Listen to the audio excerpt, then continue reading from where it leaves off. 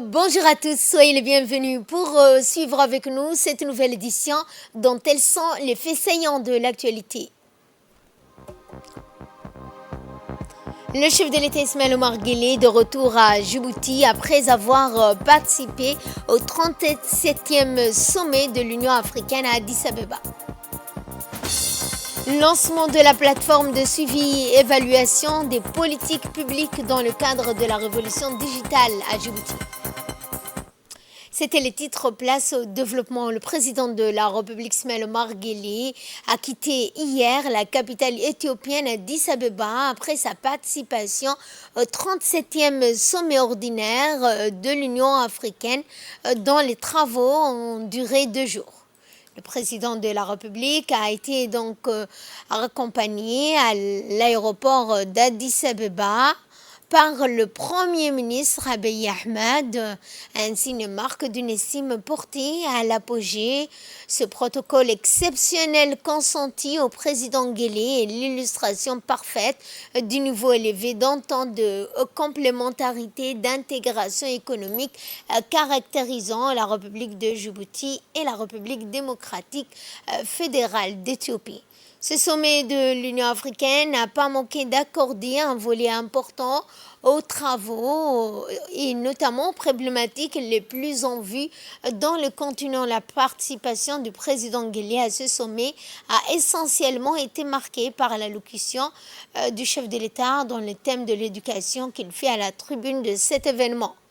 Le président s'était surtout livré au récit général des multiples efforts et initiatives entrepris par la République de Djibouti en faveur du renforcement de l'éducation, de la formation professionnelle.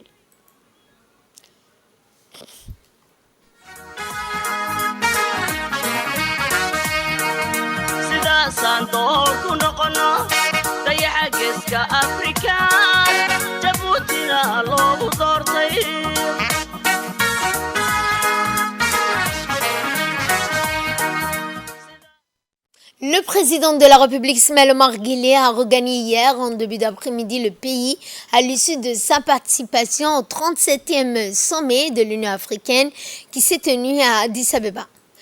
À sa descente d'avion à l'aéroport international d'Ambouli, il a été accueilli par le Premier ministre Abdelkader Kamel Mohamed, les hauts cadres civils et militaires du pays ainsi que ses proches collaborateurs. Dévolu cette année au thème de l'éducation, ce sommet de l'Union africaine n'a pas manqué d'accorder un volet important de ses travaux aux problématiques les plus en vue dans le continent. Le président de la République Ismaël Omar Guelleh a pris part lorsqu'il était à Addis Abeba samedi aux travaux du 37e sommet ordinaire de l'Union africaine. Ce sommet avait débuté avec un huis clos des chefs d'État et de gouvernement qui ont établi l'ordre du jour définitif de la réunion. Au prolongement d'un débat sur le degré de sensibilité et des problématiques, ceux des crises multiples qui ont secoué le continent et les régions du pays. Il y a lieu de noter qu'à travers le conflit au Soudan, les différends récents, entre la Somalie et l'Éthiopie, la région de l'Igad n'est elle-même pas épargnée dans le soubresaut auquel l'Afrique est en proie. Et à l'issue du huis clos, les chefs d'État et de gouvernement de ce sommet de l'Union africaine n'ont pas dérogé au principe de tenir une cérémonie inaugurale dévolue au compte rendu d'activité des instances distinctes de l'organisation, les leaders africains, l'élection également d'un nouveau chef d'État, en l'occurrence le Mauricien Mohamed Ould Ghazouani à la tête de la présidence tournante de l'Union africaine. L'éducation également d'une Afrique adaptée au XXIe siècle était au cours notamment de ce sommet. Et à l'issue de ce sommet, le ministre des Affaires étrangères de la coopération internationale, Mahmoud Ali Youssouf, a donc fait un compte rendu de cette tournée du chef d'État, d'Ismaël Omar Guelleh à ce 37e sommet de l'Union africaine.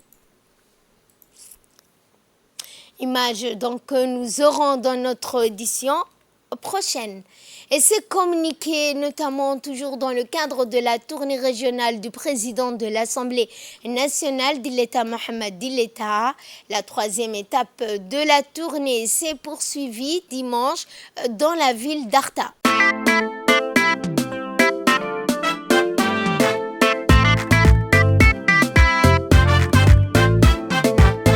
Dilleta Mohamed Dilleta Sodawo Dilleta Mohamed Dilleta Sodawo Dilleta Sodawo Dilleta Sodawo Dilleta.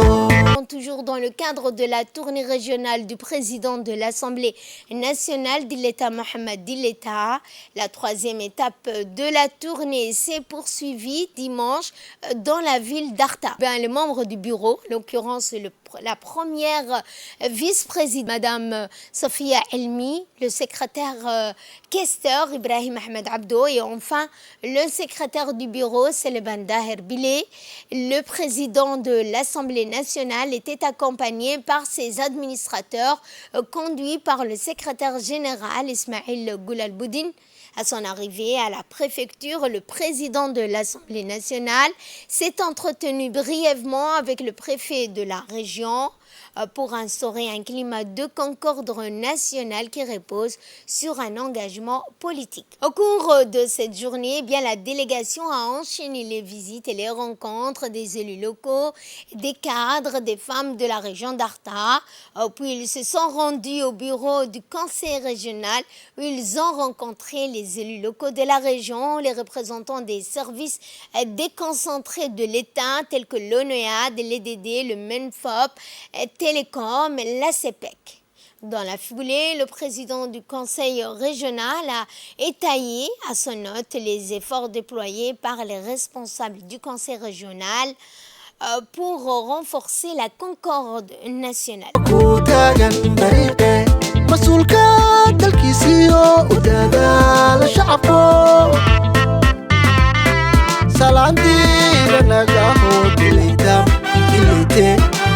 Mohamed Dilleta dadkaaga kusugayo ku taagan dariiqe dadkaaga kusugayo ku taagan dariiqe mas'uulka dalkiisiyo u dadaala shacabko salaantiina naga hoo Dilleta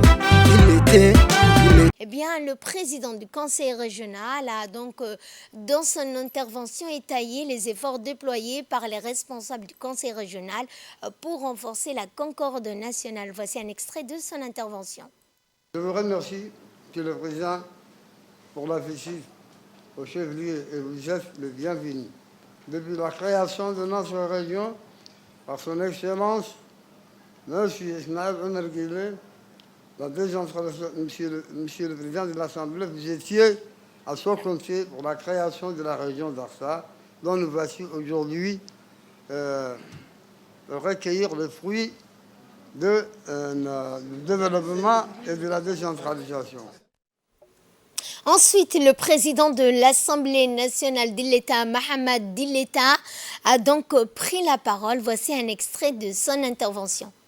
Je voudrais rappeler cette histoire qui est très importante pour la région d'Arta, à savoir que c'était difficile la création d'Arta, même si 90% ou 99% c'est le président, moi je suis rentré par 1%. Mais c'était un peu difficile parce que l'idée du président, c'est qu'il ne pouvait pas accepter quelqu'un qui est né à Arta puisse descendre à Djibouti pour avoir un acte de naissance. Il ne pouvait pas accepter quelqu'un qui est à Karta, qui puisse aller de Karta jusqu'à PK51, aller à Dikil pour aller chercher son acte de naissance. C'était quelque chose de difficile. Deuxième problème qu'on a eu, Allah yarhamou Ahmed Dini, c'était un peu difficile de les convaincre. Mais le président l'a convaincu pour la cause de Karta. Il lui a dit, est-ce que vous pouvez imaginer que quelqu'un qui a accouchement Parce que le Karta, à l'époque, dépendait de la région de Dikil. Il doit descendre de Karta, doit venir à PK51, prendre une voiture ou un bus, aller là-bas, revenir. Et même, il y a eu une opposition. Mais je vous assure que cet argument a convaincu Ahmadine à la seconde. C'est pour vous dire que vous avez une histoire. La création d'Arta a une histoire. Même si j'ai 1% à l'intérieur et j'ai eu je suis fier d'avoir participé à la création et passé. Et en plus, il fallait, si on a donné la chance aux régions une année, parce que vous vous rappelez, Monsieur le Président, on avait donné 50 millions à chaque région. C'est parce qu'on voulait que la région d'Arta soit au même niveau que les autres.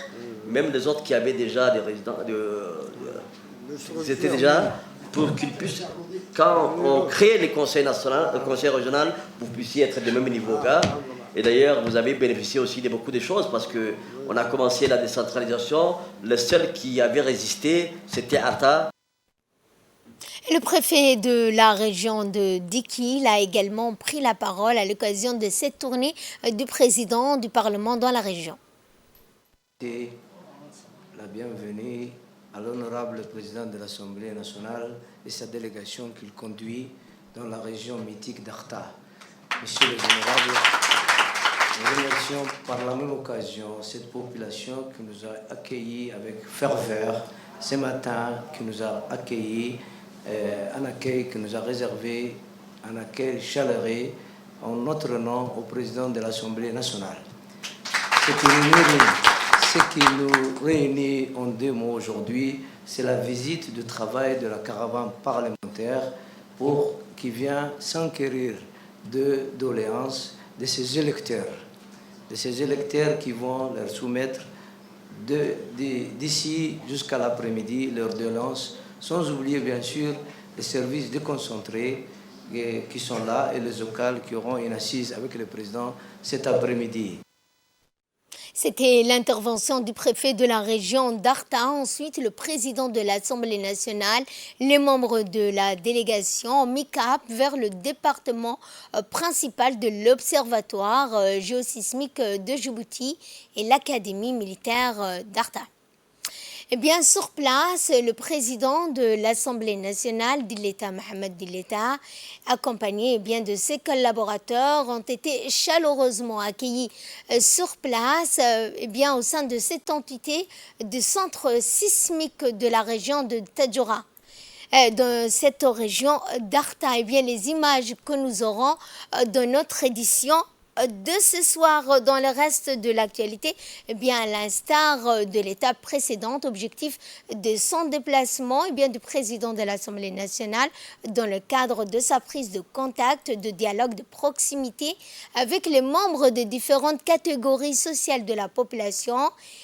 En réponse à leur déléance, le président de l'Assemblée nationale a assuré de son attention d'apporter des solutions à leurs problèmes. Les images que nous aurons également dans notre édition de ce soir. Dans le reste de l'actualité, le plan national de développement que je vous le disais dans le titre, le lancement de cette plateforme Delta, une révolution digitale pour l'avenir. Dans une démarche résolument tournée vers l'avenir, la République de Djibouti a inauguré ce matin sa plateforme de suivi d'évaluation Delta, marquant ainsi le début d'une nouvelle ère de développement pour le pays. Sous la houlette du ministre des Finances et de l'Économie, Ilyas Moussa Dawale, cet événement s'est déroulé lors d'un atelier de formation tenu au Sheraton, transformé pour l'occasion en un auditorium dédié à cette initiative d'envergure. Conçu dans le cadre ambitieux du plan national de développement 2020-2024, la plateforme Delta représente un outil novateur et indispensable pour évaluer les progrès accomplis et ajuster les stratégies en temps réel. Fruit d'une collaboration fructueuse avec le cabinet Delta GIS, en intégrant de manière exhaustive les objectifs stratégiques du programme. Un ensemble de processus vitaux pour la mise en œuvre efficace du plan national de développement, ainsi que pour mesurer les progrès vers l'atteinte des ODD. En effet, ces deux fonctions, suivi et évaluation, ne sont pas simplement des processus administratifs, mais des piliers fondamentaux pour un engagement fort vers un développement durable, inclusif et équitable. Nous le savons tous, le plan national de développement représente une feuille de route ambitieuse pour le progrès économique et social du pays et il incarne les aspirations de tout un peuple pour aller vers le développement et sa mise en œuvre réussie est essentielle pour les populations actuelles, mais également pour les générations futures. Cependant, un plan aussi ambitieux qu'il soit, il ne peut atteindre tout son potentiel s'il est constamment suivi, évalué et ajusté pour tenir compte des réalités qui sont changeantes et des ressources qui sont déployées. C'est pourquoi le PNUD, en mon nom, voudrait exprimer donc toute sa reconnaissance et est heureux de pouvoir contribuer à cette étape importante à travers la mise à disponibilité, la disponibilisation d'un logiciel, le logiciel DeltaGIS. Eh bien, autre intervention que je vous propose de suivre, c'est celle des ministres des Finances et de l'Économie, M. Ilyas Moussa Dawale. Nous allons lancer un programme ou une plateforme justement conçue pour pour le suivi et évaluation de nos programmes. Je ne vais pas vous apprendre, mais je vais quand même vous rafraîchir la mémoire. Un pays, comme n'importe quelle organisation, y compris une petite entreprise, elle a besoin de se projeter. Le pays a besoin également de se projeter sur le long terme et réfléchir sur les voies et moyens à atteindre les aspirations de la population. Donc, si je résume ainsi, une vision correspond à des vœux, à une aspiration, à un désir d'atteindre des objectifs. Pour Djibouti, c'est de sortir, c'est de parvenir à être un pays émergent à l'horizon 2035, à pouvoir offrir des opportunités pour n'importe quel Djiboutien dans un bien-être collectif, avec moins de chômage, avec plus de pouvoir d'achat. Ça, ce sont nos aspirations et c'est donc une vision à long terme. De cette vision, en général, nous déclinons des stratégies.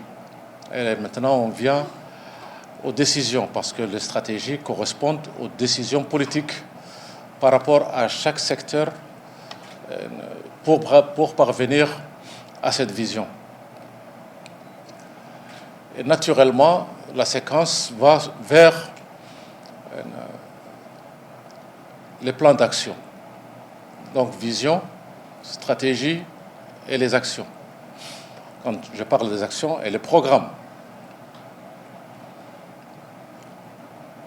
Mais tout cela ne feront de sens que s'il y a des mesures de nos performances. Qu'est-ce que nous sommes parvenus? Où est-ce que nous sommes à mi-parcours? Qu'est-ce qui a été réalisé? Qu'est-ce qui ne l'a pas été?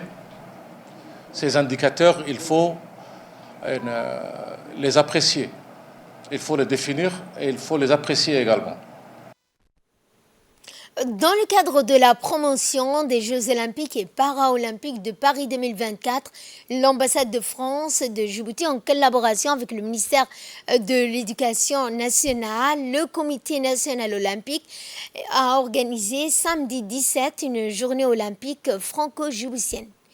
au stade Fahd de Belbala. L'événement sportif s'est déroulé en présence du secrétaire général du MENFOP, Mohamed Abdallah Mayoub, le conseiller de coopération et d'action culturelle, directeur de l'Institut français de Djibouti, Éric Chevreuil, la première conseillère de l'ambassade de France à Djibouti, ainsi que des principaux et proviseurs d'établissements scolaires, des enseignants cadreurs.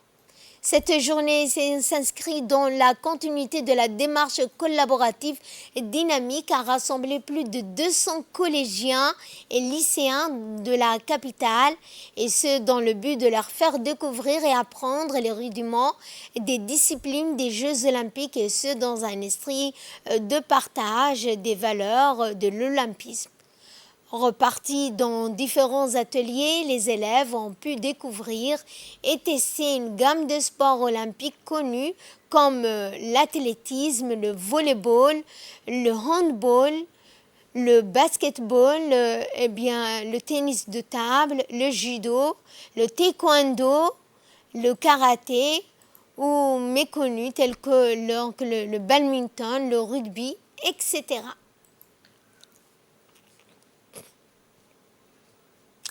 Et le secrétaire général du MENFOP, Mohamed Abdallah Mayoub, a donc pris la parole à cette occasion et s'est réjoui de la présence et du sport, notamment pour la découverte de ses élèves pour les années à venir, notamment en cette année 2024 où se tiendra les JO de Paris.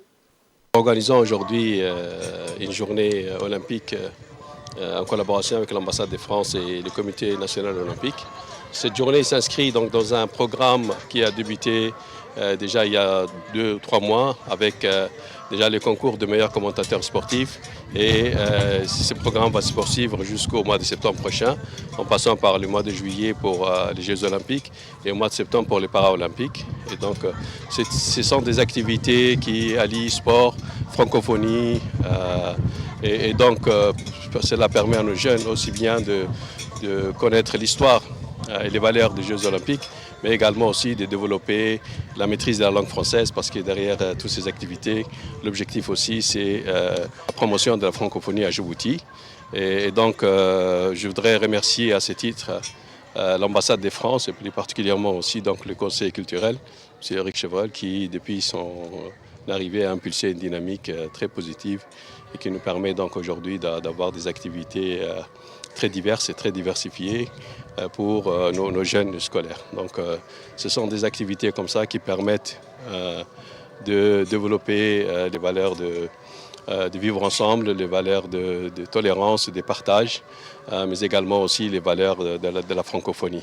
Donc merci au Comité national olympique, merci à l'ambassade de France et merci à tous les organisateurs qui sont sur le terrain et qui ont travaillé d'arrache-pied pour que cette journée se déroule dans les meilleures conditions. Sous l'impulsion de la ministre de la Jeunesse et de la Culture, Dr Hibo Moumine Assoui, l'esplanade de la Bibliothèque et des Archives nationales a abrité des présentations de mariages traditionnels afar et Somalie.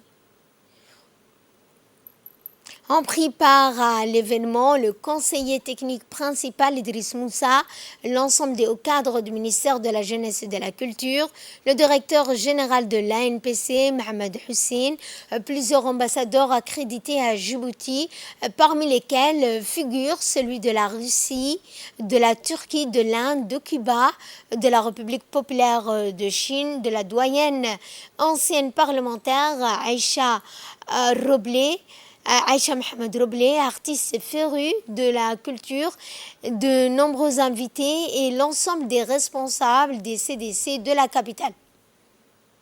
Objectif de démonstration de ces cérémonies de mariage traditionnelles simulées est donc l'État de raviver et d'exalter les valeurs ancestrales, la procession du couple pour l'accompagner jusqu'au foyer niçoyeux pour la lune de miel est couronnée par des chants rituels religieux tels que des qasaïds, des éloges dans une ambiance festive.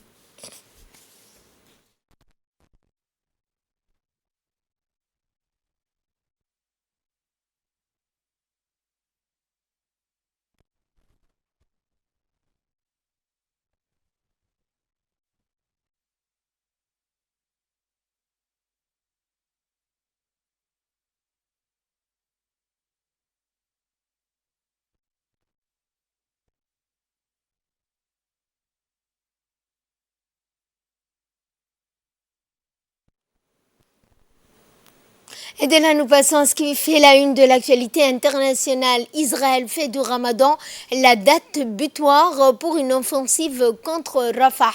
Le ministre israélien Benny Gantz, membre du cabinet de guerre de Benjamin Netanyahu, a averti qu'Israël lancerait une offensive contre la ville de Rafah si les otages israéliens détenus à Gaza n'étaient pas libérés d'ici le mois de Ramadan. Le mois donc saint pour les musulmans qui doit commencer autour du 10 mars. Toujours dans l'actualité internationale, les chefs d'État et de gouvernement réunis lors du sommet de l'Union africaine à Addis Abeba ont unanimement condamné l'offensive menée par Israël dans la bande de Gaza, appelant à la cessation immédiate. Moussa Faki, président de la Commission de l'Union africaine, a qualifié l'offensive israélienne de violation la plus flagrante du droit international humanitaire, accusant Israël d'avoir exterminé les habitants de Gaza. Ces propos ont été prononcés aux côtés du ministre palestinien Mohamed Chateye, qui a également pris la parole lors de cette réunion.